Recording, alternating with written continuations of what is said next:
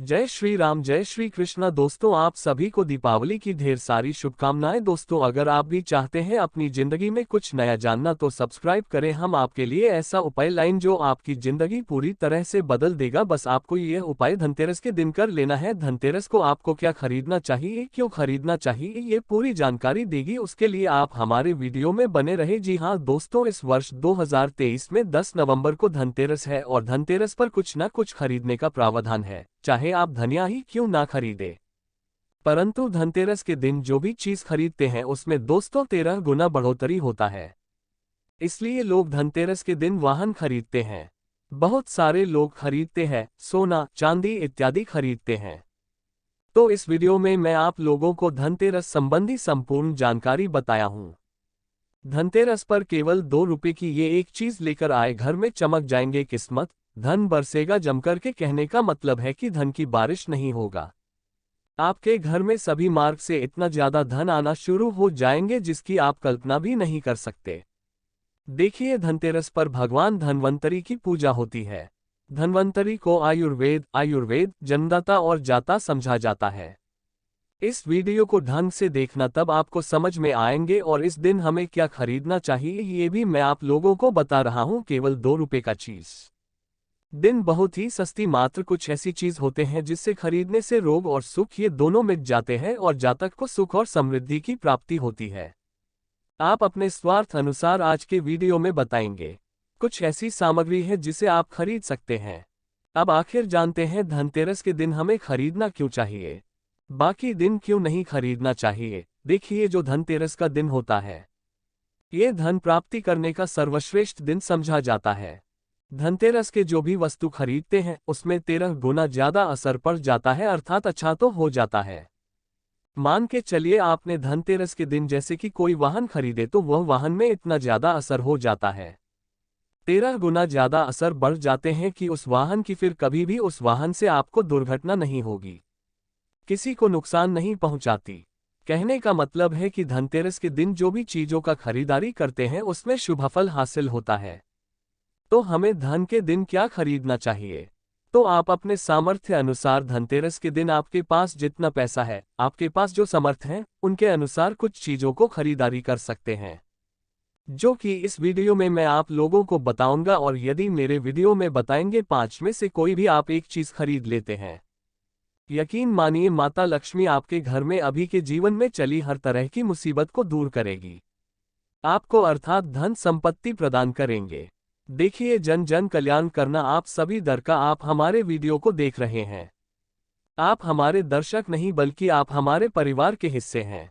मेरे वीडियो को देखकर के किसी एक भी मानव का भला होता है, किसी की गरीबी मिलता है तो मुझे भी पुण्य की प्राप्ति होता है।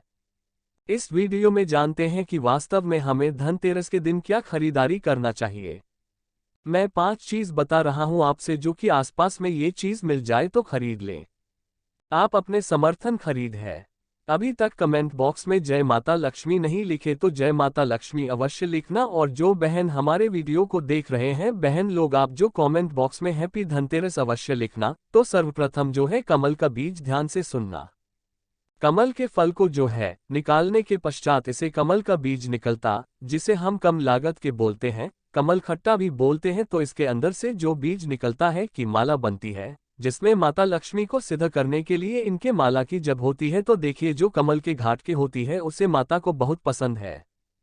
कमल के जो बीज होता है माता लक्ष्मी को बहुत पसंद है। तो एक काम करना, धनतेरस के दिन धन्वंतरी महाराज को और माता लक्ष्मी को पंच आपको कमल का बीज समर्पित कर देना और आपको प्रार्थना करना है कि हे माता लक्ष्मी आप हमारी गरीबी मिटाए। धन्वंतरी महाराज से प्रार्थना करना है कि महाराज घर में हमेशा निरोग रहें, निरोग काया की प्राप्ति हुई, यही मैं आपसे आशीर्वाद की कामना करते हैं। इस तरह से प्रार्थना करते हुए कमल का बीज इस दिन खरीद करके लाइए। माता लक्ष्मी धन्वंतरी महाराज को समर्पित कर सकते हैं। आजीवन आप निरोग रहेंगे और आपके जीवन में धन का कमी नहीं होगा, क्योंकि इस समय में सभी दिव्य शक्तियां जागृत अवस्था में होती है। धनतेरस के दिन और आपकी पुकार सीधा माता लक्ष्मी और धन्वंतरी महाराज तक के पहुंचते हैं। इसके पश्चात औषधि देखिए। इस दिन औषधि क्यों खरीदना चाहिए, क्योंकि औषधि हमें निरोग काया प्रदान करती है।